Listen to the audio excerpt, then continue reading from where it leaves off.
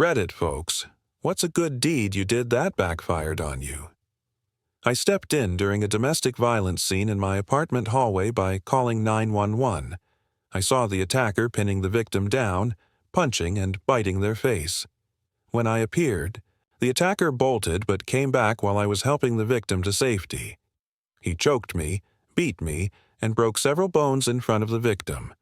The victim wouldn't work with the police, blocked paramedics from entering, and lied, claiming I started the fight. They reunited with the attacker right after he made bail, and they stayed in the building. Because of the victim's lies, I lost my apartment, got disqualified from the state's crime victim compensation, and no lawyer would take my case.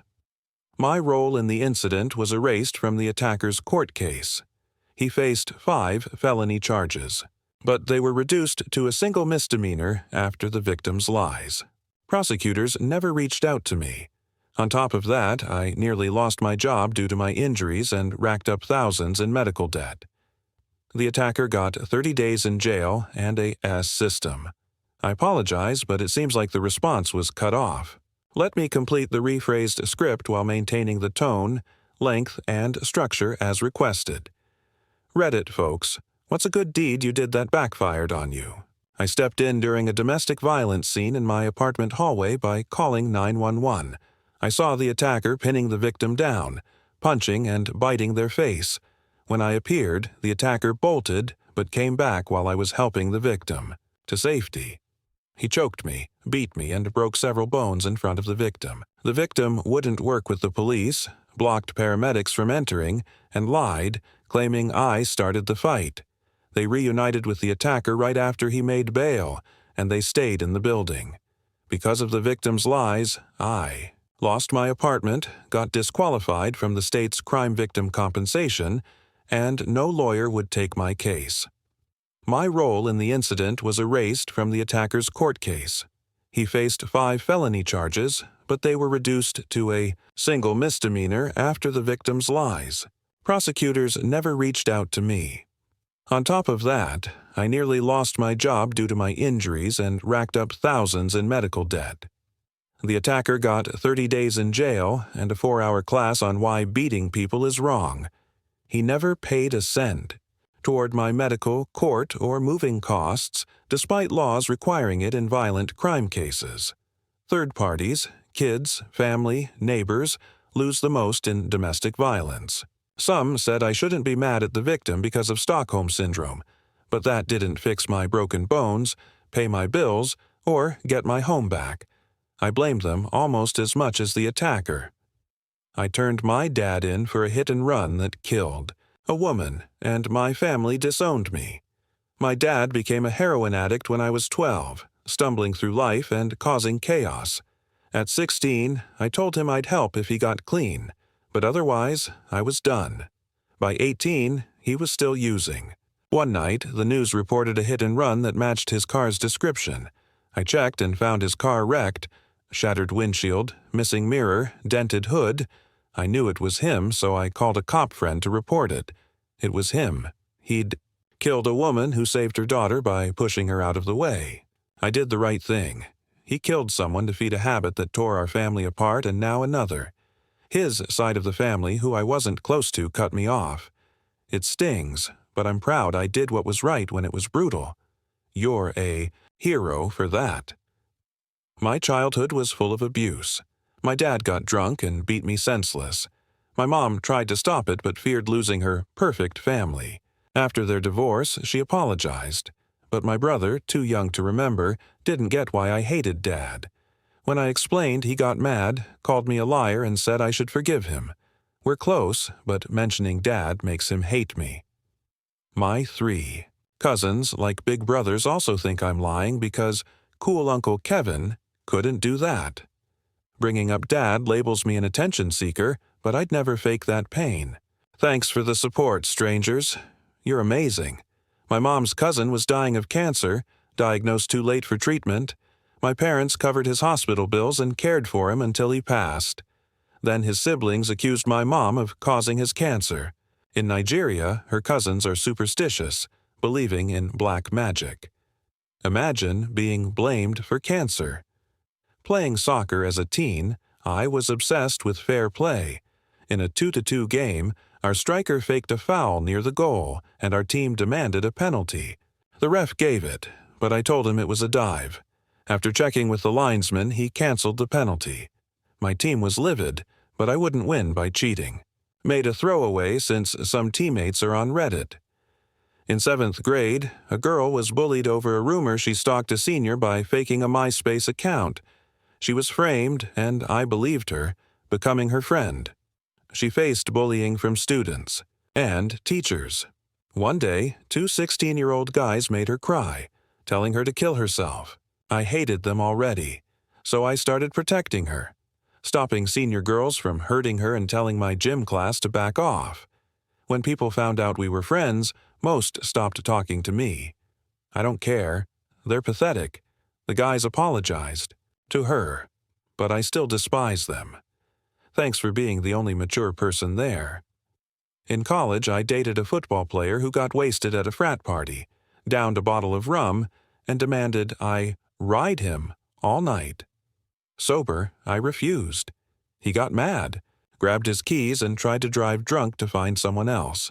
I wrestled the keys from him, a 5'11", 120 LEB twig against a giant. He tripped, smashed his face on the curb, breaking his eye socket and nose. I hid his keys, got him to his room, and called a nurse. Cops later arrested me for assault. I explained I couldn't possibly beat him up. An earthworm versus a crow. He claimed I did it, and the coach needed a scapegoat. I had to repeat my story to clear my name. He wouldn't even look at me after. As a teen, studying martial arts, I was working toward my black belt and had a key to the dojo. One day, I walked in on the head instructor with a 13-year-old girl. I reported him to the police, and he went to prison. I never returned. What broke me wasn't his crime. My gut always distrusted him, but the hate from other students, people I saw as friends. They were angrier at me than him. Coming out at the time didn't help. Some implied I caused the drama. Others knew. He was shady, but stayed silent. These were mentors I admired for their moral teachings. The betrayal pushed me to question my beliefs, leading me to atheism. Devil's advocate. Was it consensual or assault? It's illegal either way, but the latter makes you a stand-up guy. He was in his 40s. She was 13. A 13-year-old can't consent to sex with a 40-year-old. It's statutory rape by law. She might have thought she was agreeing, but she wasn't capable. Had a friend who kept talking about wanting to end their life. I warned them I'd have to tell someone if they kept it up. They did, so I alerted the right people. Turns out I'm the jerk for getting help involved. I became a pariah to many, and I felt awful for it.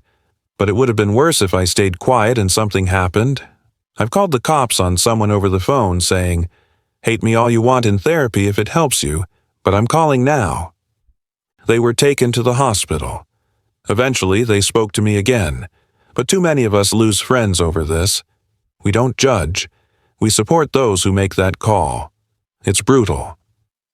I cried for hours after the police called to say he was alive, after they broke down his door. He's doing better now.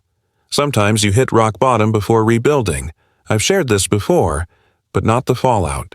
My brother and I worried my mom's fiancé was an African scammer. We tried talking to her, but she wouldn't hear it. We asked my aunt, the only other family she'd told, and she agreed to speak with Mom. We investigated the guy, proved his story was fake, and showed Mom.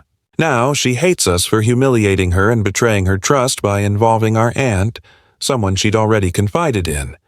She's told everyone we did it to stop her from remarrying, publicly trashed us, and sent emails about how we've always shamed her and lived terribly.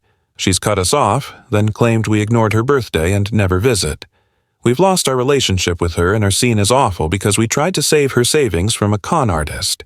I had a friend in a similar scam, and another friend's mom said, "Don't I deserve happiness?"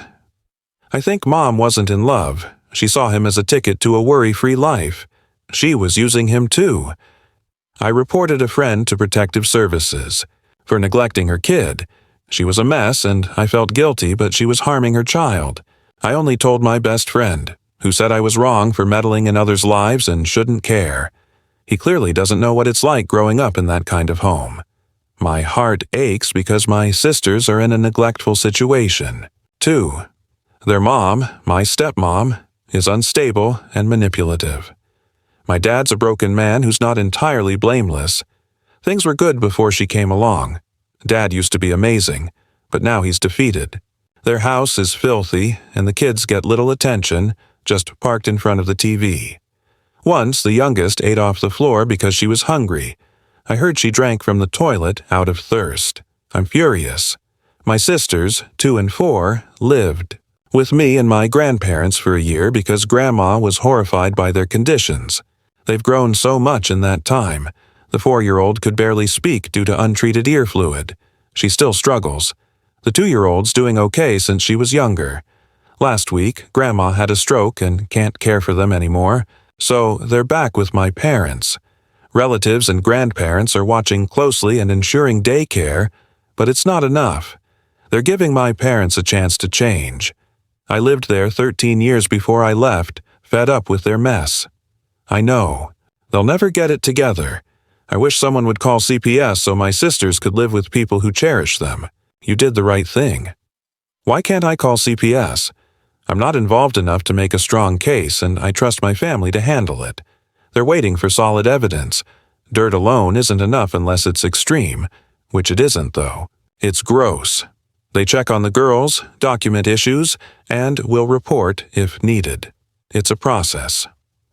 On July 4th, my friend's band played a grimy Brooklyn bar, and I ran sound. While getting a drink, a skinny guy was yelling at the female bartender. Most ignored it until, smack, he slapped her face.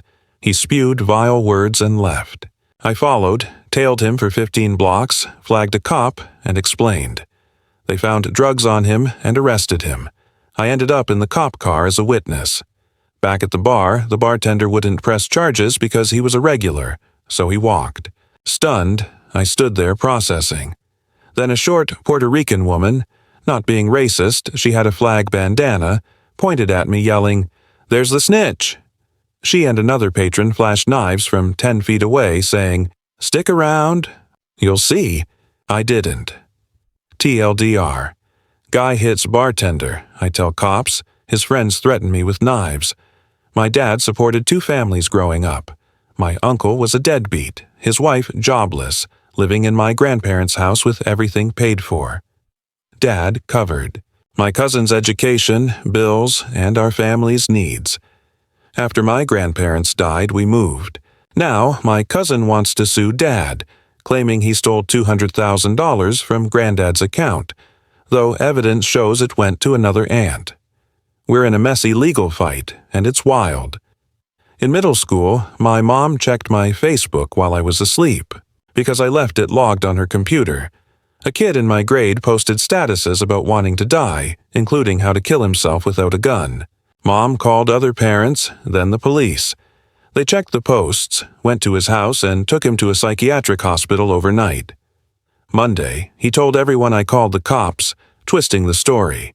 He said his hospital stay cost $4,000. My grade labeled me a snitch, but I was asleep, and Mom was just trying to save him. TLDR. Kid posted suicidal threats. Mom called police. I got bullied. The worst part? Kids worrying about medical bills shows how broken our system is. After 7 years of rape and molestation by my dad starting in childhood, I told my mom at 14, and she helped me report it. She was devastated but supportive, holding me as police. Arrested him. My dad's family had mixed reactions. His mom called me a slut, saying I seduced him. 2 aunts showed pity, but the youngest lost it because I took her brother. Uncles ignored me. Cousins sent hateful MySpace messages. Despite hospital evidence and Dad's confession, they denied it. Mom's family called me a liar, fearing I'd accuse them. Even Mom turned, calling me a homewrecker. Dad was well-liked, so no one believed me. Relatives sent gifts for 2 years, then cut me off. Mom later apologized. and we worked through years of fights. No one else speaks to me. Grandma says I'm dead to her. Only Mom and my high school friends who believed me remain my family. Sorry for the heavy story. OP's question hit hard. Excuse my grammar, I'm on mobile. I tried reaching out to family, feeling guilty and alone, but realized I was just feeding their denial. It wasn't my fault. I'm stronger now, in college, with a great boyfriend and friends. Everything's okay. Thanks for the support.